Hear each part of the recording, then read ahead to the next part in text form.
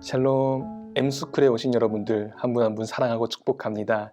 기준을 다시 세우다 마태복음 두 번째 시간으로 오늘의 제목은 복음은 삶으로 나타납니다 입니다.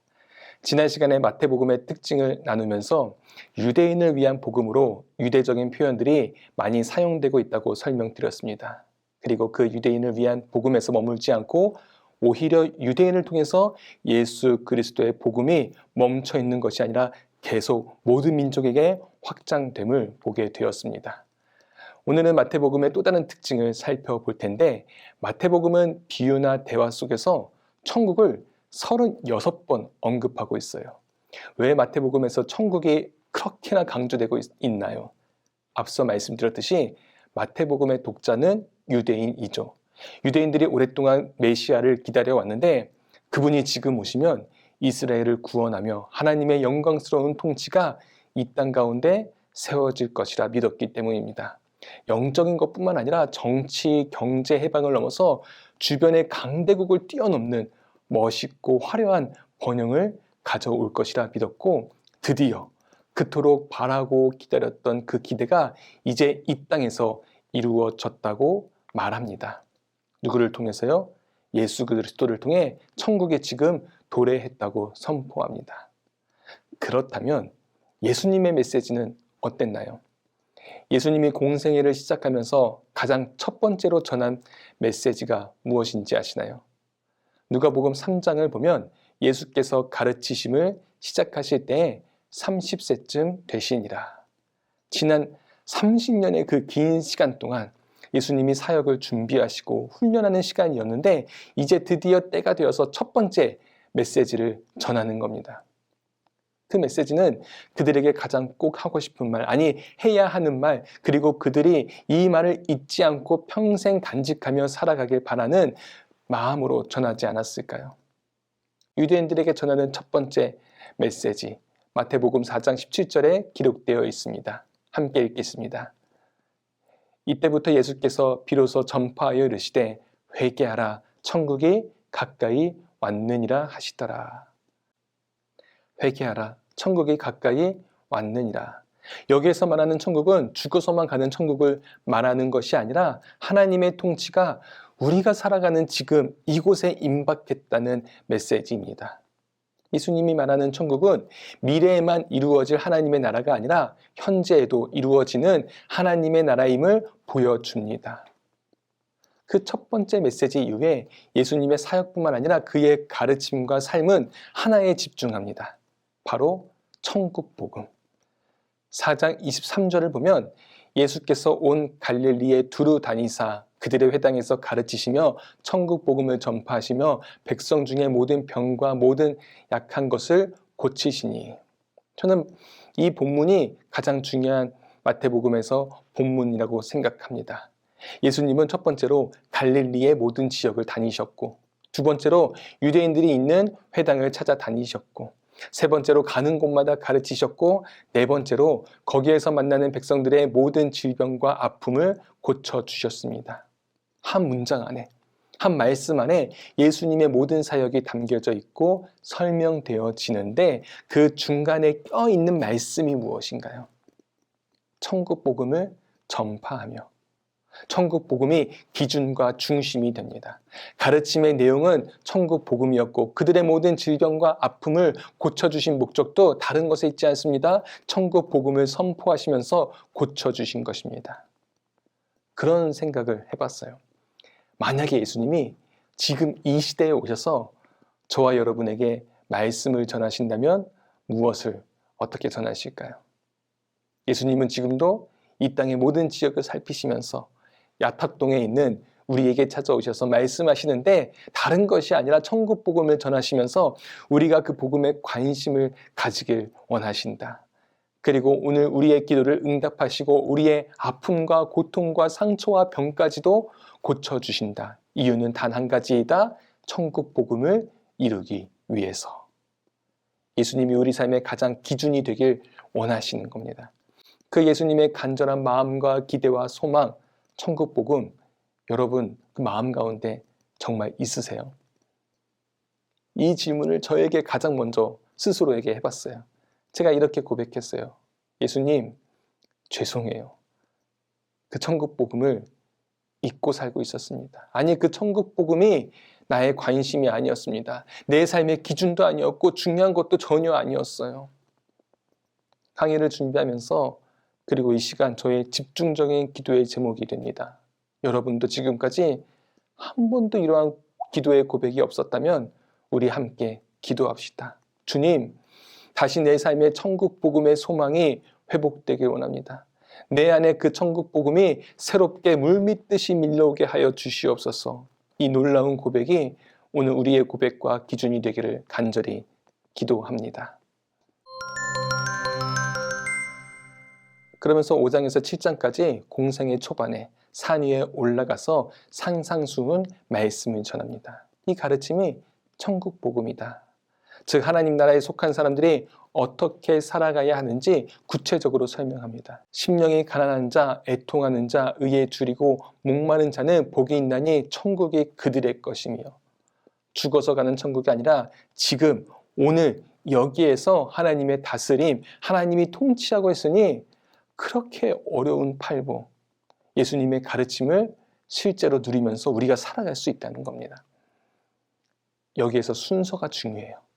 심령이 가난한 자가 되어야 마음이 청결한 자, 의를 위하여 박해를 받는 자라는 조건이 갖추어져야 천국 갈 수 있어 라고 말하는 것이 아닙니다. 팔복은 정말 복입니다. 자격과 조건으로 따진다면 우리 목사님들도 천국 못 갑니다. 저도 못 가요. 우리 담임 목사님도, 우리 목사님만 이야기하면 좀 그러니까 이 근처에서 목회하시는 분당 우리 교회 목사님도, 선화목자 교회 목사님도 못 가시지 않을까요? 왜냐하면 천국은 자격과 조건으로 가는 것이 아니라 믿음으로 하나님의 나라를 소유하는 것입니다. 그 하나님의 나라가 내 안에 들어온 것 아니겠습니까? 천국 복음은 가는 곳이 아니라 누리는 것이다. 즉 믿음으로, 은혜로, 주님의 사랑으로 이 땅에서 하나님의 나라, 즉 하나님의 다스리심과 통치하심을 누리는 겁니다. 그래서 팔복이 정말 축복이 됩니다. 산상수훈 이후 마태복음 8장에서 9장을 보면 10가지의 기적을 보여주십니다. 8장 1절입니다. 예수께서 산에서 내려오시니 수많은 무리가 따르니라. 예수님은 이제 그 천국 복음의 말씀을 가지고 산에만 계시지 않고 내려오십니다. 다시 말하면 우리에게 꼭 전해야 할 말씀을 가지고 우리의 삶의 현장 가운데 찾아오십니다. 천국 복음은 추상적이지 않아요. 복음은 현실입니다. 복음은 실제입니다. 우리의 삶의 고통과 문제를 절대로 외면하지 않으십니다. 그냥 산에서만 머물지 않으시는 것이죠. 그러니 주님이 삶의 고통과 죽음 가운데 있는 자들에게 다가오셔서 치료하시고 회복시켜 주시는 건 아니겠습니까? 성경을 보겠습니다. 우리 주님이 내려오시자마자 한 나병 환자가 등장합니다. 2절 말씀입니다. 한 나병 환자가 나와 절하며 이르되 주여 원하시면 저를 깨끗하게 하실 수 있나이다 하거늘. 나병 환자가 주님께 엎드리며 자신의 원함을 주님께 말씀합니다. 그때 주님이 이렇게 말씀하시죠. 예수님께서 손을 내밀어 그에게 대시며 즉 그를 만지시며 말씀하십니다. 너가 간절히 원하고 바라니 깨끗함을 받으라. 그렇게 말씀하시고 나서 즉시 그의 나병이 깨끗해지죠. 천국 복음은 실제입니다. 현실입니다.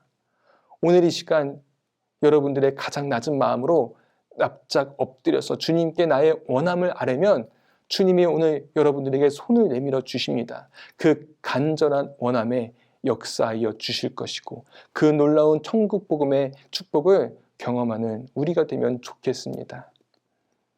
그렇게 예수님은 산에서 내려와서 수많은 기적을 행할 때 수많은 무리도 따랐어요.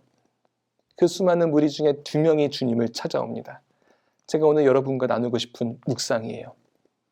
예수께서 무리가 자기를 애워싸는 것을 보시고 건너편으로 가기를 명하시니라. 한 서기관이 나와 예수께 아뢰되 선생님이여 어디로 가시든지 저는 따르리이다. 너무 멋진 말 아닙니까?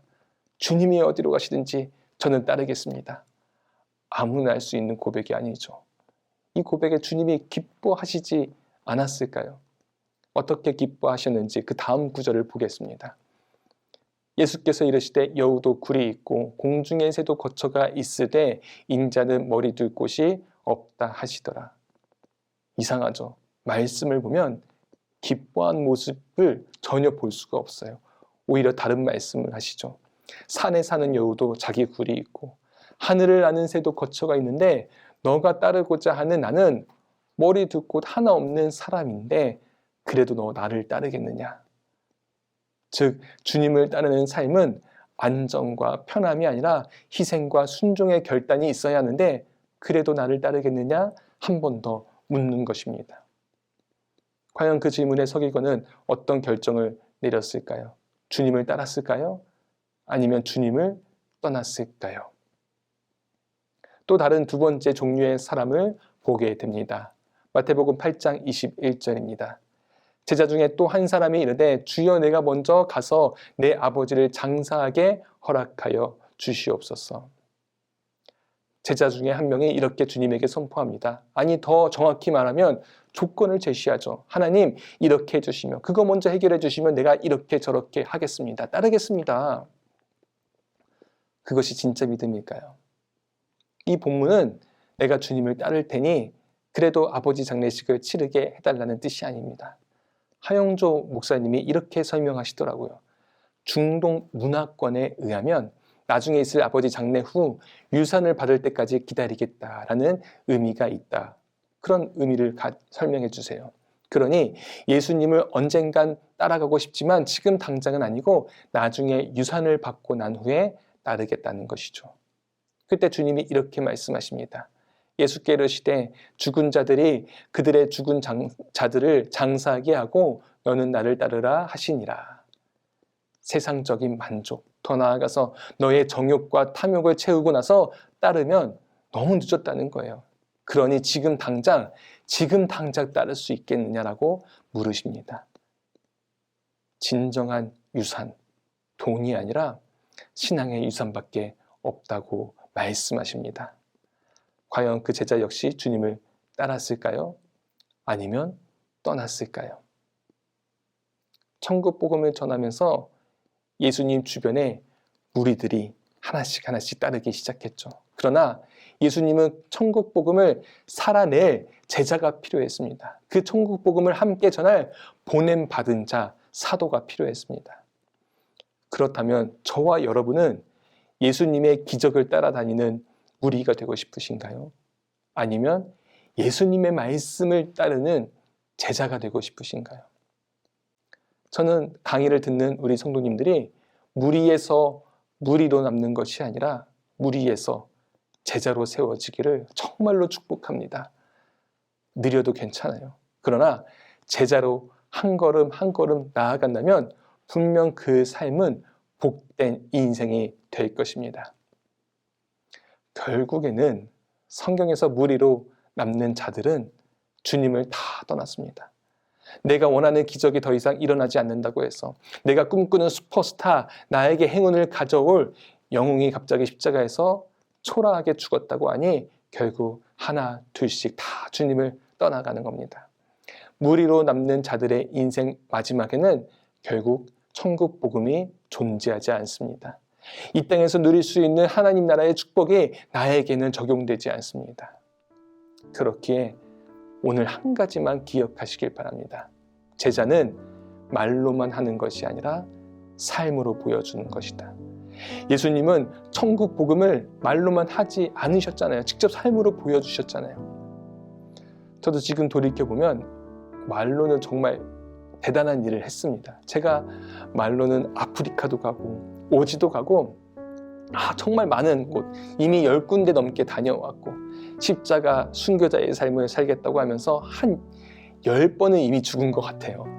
더 나아가서 집도 가족도 내가 가진 것도 나의 시간도 내 미래도 이미 하나님께 제물로 다 바쳐서 지금 아무것도 없어야 합니다. 무엇으로요? 말로는요. 말은 이미 예수님의 12제자 아니 베드로와 사도 바울이 되었습니다. 그러나 성경은 분명히 말씀하고 있죠. 제자는 말로 따르는 것이 아니라 삶으로 보여주는 것이다. 누가복음 9장 23절 또 우리에게 이르시되 아무든지 나를 따라오려거든 자기를 부인하고 날마다 제 십자가를 지고 나를 따를 것이니라. 성경에서 다시 확인시켜주고 있잖아요.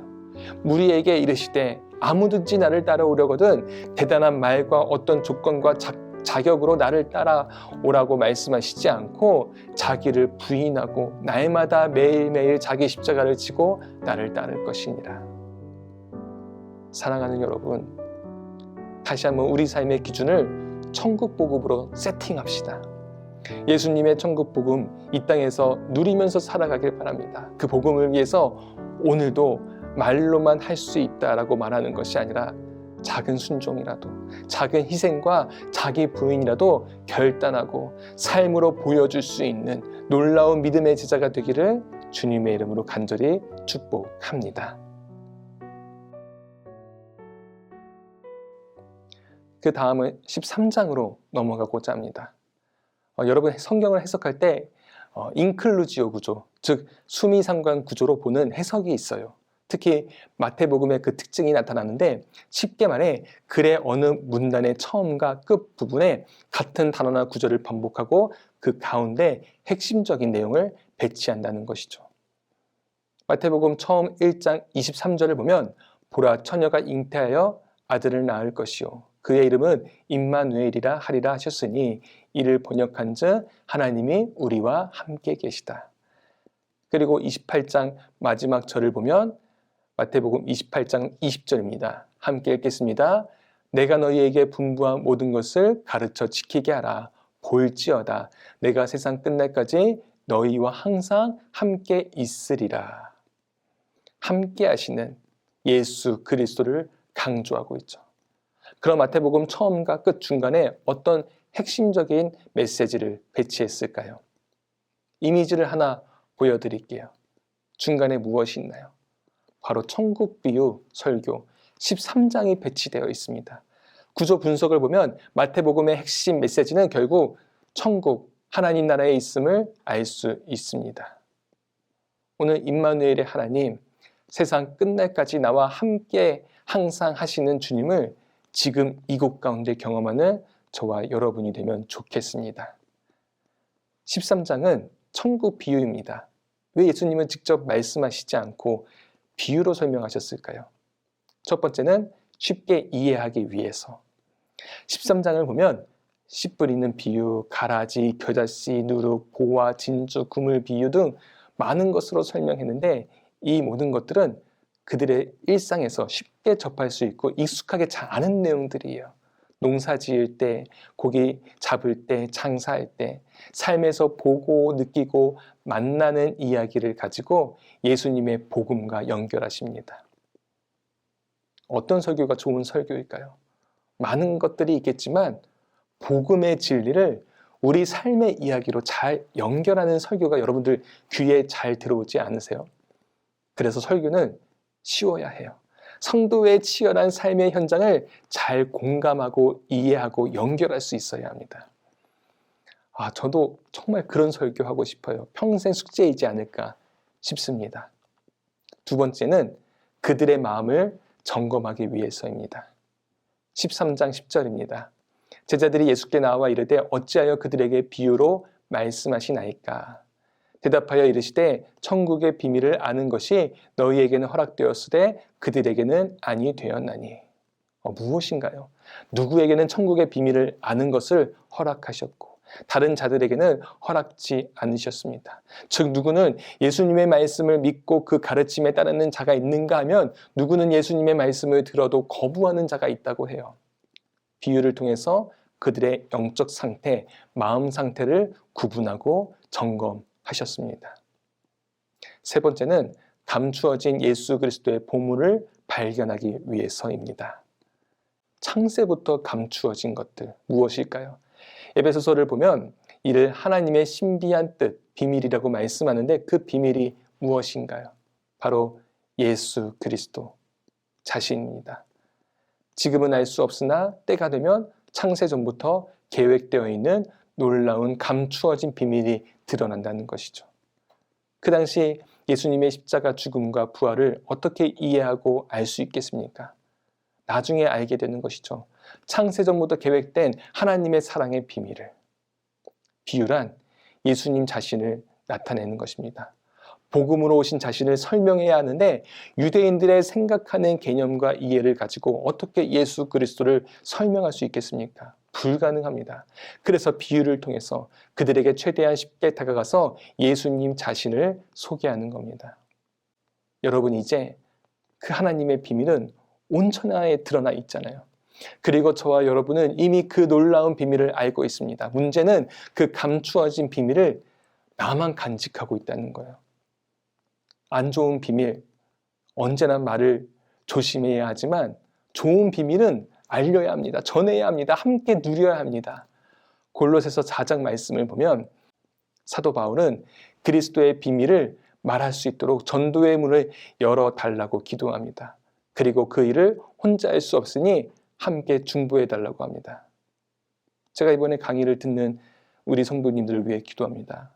우리 성도님들과 가정과 자녀들 삶 속에 그 놀라운 비밀 예수 그리스도를 더 알아가게 해달라고, 인격적으로 만나게 해달라고, 사랑 가운데 나아가게 해달라고, 그게 바로 저에게 주어진 전도의 문이라 믿고 함께 중보합니다.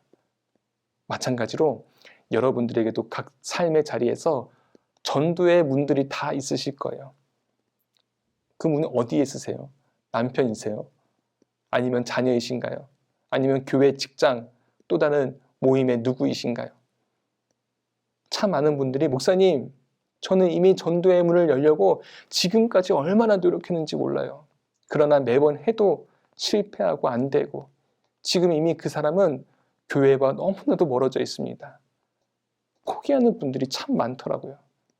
그런데 그건 왕이신 나의 예수님, 천지를 지으시고 모든 만물을 주관하고 다스리시는 하나님을 스스로 제안하는 일입니다. 주님이 여시면 안 열리는 문은 없어요. 그러나 주님이 닫으시면 그 문은 절대로 열 수 없습니다. 그렇기에 우리는 다른 그 어떤 것보다 그리스도의 놀라운 비밀을 말할 수 있도록 담대함을 위해 기도하시기를 바랍니다. 목적이 분명하면 하나님이 자신의 때에 분명 닫혀있는 전도의 문, 구원의 문, 마음의 문을 열어주시고 만나 주실 것입니다. 그 축복이 오늘 이 시간 우리의 가정과 자녀와 주변 가운데 임하기를 바랍니다.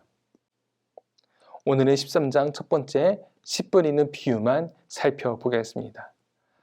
우선 씨 뿌리는 자는 예수님이죠. 그리고 씨앗은 하나님의 말씀입니다. 여기에서 4가지 밭이 나오는데 각 사람들의 마음 상태라고 볼 수 있어요. 쉽게 말하면 예수님이 천국 복음의 씨앗을 각 사람에게 뿌리는데 그 말씀을 받아들이는 자들이 다 각기 다르다는 겁니다. 과연 예수님이 이 땅에 오셔서 씨앗을 뿌리실 때 여러분의 그 마음 상태 어떤지 점검하면 좋겠습니다. 첫 번째는 길가에 뿌려진 씨앗입니다.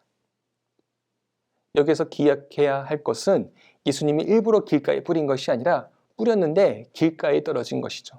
문제는 그 땅이 얼마나 굳고 단단한지 씨가 들어가지 못합니다. 결국 밖에 있는 씨를 새들이 발견하고 먹어버리죠. 이 땅은 실패의 결과가 즉시 나타납니다. 그 복음의 비밀을 듣고도 어떤 기대와 반응도 보이지 않습니다. 굳게 닫힌 마음 사실 쉽지 않죠. 내 주장, 내 생각, 내 가치와 내 철학이 명확한 사람이 복음을 받아들이기가 쉽지 않습니다. 무슨 말을 하려고 해도 아예 듣지 않는 거예요. 그 자리를 피해 버리십니다. 그래서 그런 분들 많이 계세요. 남편이나 아내가 그런 성향임을 너무나도 잘 알고 있기 때문에 아예 말도 꺼내지 않는 것이죠. 그런데 그거 아세요? 마음이 닫혀있는 분들 중에 많은 분들이 교회와 목회자와 사람들에 대해서 상처가 많습니다.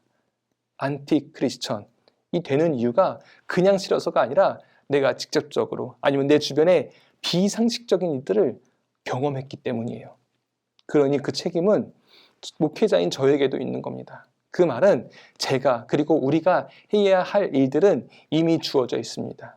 진짜 교회 안에서 세상의 가치를 드러내는 것이 아니라 성경의 복음의 가치를 드러내는 것. 마음이 닫혀있는 사람들 앞에서, 가족들 앞에서 진짜 예수 그리스도를 보여줄 수 있는 것. 그것이 바로 오늘 저와 여러분들에게 주어진, 아니 평생에 주어진 너무나도 중요한 숙제입니다. 왜냐하면 19절을 보면 악한 자 사단이 다가와서 우리를 바로 먹는다는 겁니다. 근신하라 깨어라 너희 대적 마귀가 우는 사자같이 두루 다니며 삼킬 자를 찾나니. 즉 다시 말하면 사느냐 죽느냐 달려있는 너무나도 긴급한 문제라는 것이죠. 왜 여러분, 저도 그래요. 우리가 손해보는 일, 그리고 질병 앞에서, 문제 앞에서 그렇게 빨리 반응하고 움직이면서 그것보다 더 시급한 영혼에 죽고 사는 문제에는 왜 그렇게 여유가 있을까요? 8절 뒤에 있는 9절 말씀 함께 읽겠습니다. 너희는 믿음으로 굳건하게 하여 그를 대적하라. 이는 세상에 있는 너희 형제들도 동일한 고난을 당하는 줄을 알미라. 우리가 먼저 나부터 나의 믿음을 어떠한 것에도 흔들리지 않도록 굳게 하기를 바랍니다. 그래야 진짜 대적할 수 있는 힘과 무기가 그때부터 생기는 겁니다. 그 힘과 무기로 넉넉하게 승리하기를 바랍니다. 두 번째는 돌밭에 떨어진 씨앗입니다. 금방 싸게 나죠. 바로 눈으로 볼 수 있으니 얼마나 좋습니까? 그런데 결국 흙 밑에 돌이 있기에 뿌리가 깊이 내리지 못합니다. 마침 그날 떠오르는 태양으로 인해 다 말라버리는 겁니다. 처음에는 천국 복음의 말씀을 너무나 잘 받아들이는 거예요. 예배와 설교, 기도 생활이 너무나도 좋습니다. 행복합니다. 그런데 뿌리가 없어서, 기초가 없어서 쉽게 기뻐하고 은혜도 받지만 쉽게 좌절하고 포기합니다. 신앙에서 감정이 없으면 형식과 의무만 남습니다. 그래서 저는 여러분들이 말씀을 들을 때 가슴이 뛰면 좋겠어요. 나아가 기도할 때 잃어버린 눈물을 회복하면 좋겠습니다. 그러나 우리가 꼭 기억해야 할 것, 감정은 한계가 있습니다. 외적인 환난과 박해, 즉 어려움과 위기가 찾아왔을 때 아니 분명히 만날 수밖에 없는데 감정적인 신앙만 있다면 강한 햇빛으로 인해 다 말라 죽을 것입니다. 그래서 우리의 신앙의 깊이는 결국 감정을 넘어서 내 안에 하나님의 말씀, 어떠한 상황에도 흔들리지 않는 복음의 진리가 있어야 합니다. 세 번째는 가시떨기에 떨어진 씨앗입니다. 말씀을 듣죠. 그러나 세상의 염려, 돈의 유혹 앞에 막혀서 결국 열매를 맺지 못한다. 왜 염려와 불안과 걱정이 무서울까요? 그 감정의 상태가 지속되면 주변의 유혹에 쉽게 무너질 수밖에 없습니다. 왜 여러분 마약과 중독이 무서울까요? 처음에는 다 염려와 불안과 걱정의 빈자리가 있잖아요. 공허함이 있잖아요. 채우기 위해서 유혹 앞에 넘어간 것 아니겠습니까? 염려와 불안과 걱정 뒤에 찾아오는 유혹을 가장 먼저 차단할 수 있기를 바랍니다. 유혹 앞에 찾아오는 타협도 습관이 될 수 있습니다. 한번 타협이 결국 돌이킬 수 없는 습관이 되고 결국 안 좋은 습관은 나를 밑바닥으로 끌고 갈 것이죠. 그러나 염려와 불안과 걱정이 찾아올 때 유혹을 여러분 차단하고 믿음의 습관을 잘 키울 수 있는 훈련하는 저와 여러분이 되기를 바랍니다. 마지막 네 번째는 좋은 땅에 떨어진 씨앗입니다. 좋은 땅이 어떤 땅일까요? 앞서 소개한 세 가지의 반대가 좋은 땅 아닐까요? 첫 번째, 어디에 있든지 마음이 열려있는 자. 두 번째, 어떤 외적인 위기와 환경 속에서도 말씀의 뿌리가 깊이 내린 자. 세 번째, 마음 내면의 불안과 염려와 걱정 속에서도 좋은 영적 습관을 가지고 끝까지 믿음의 길을 걸어가는 자. 그게 바로 좋은 땅, 좋은 마음 상태 아닐까요? 그 좋은 땅을 소유하는 저와 여러분이 되기를 바랍니다. 결국 그 땅을 가진 자가 하나님의 제자가 되어서 30배, 60배, 100배의 열매를 누릴 것입니다.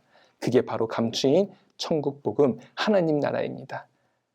내 인생에 어떤 그림이 펼쳐질지 전혀 모릅니다. 그러나 확실한 것은 30배, 60배, 100배 내 안에 있는 하나님의 나라가 확장되고 날마다 아침마다 새로워진다고 말씀합니다.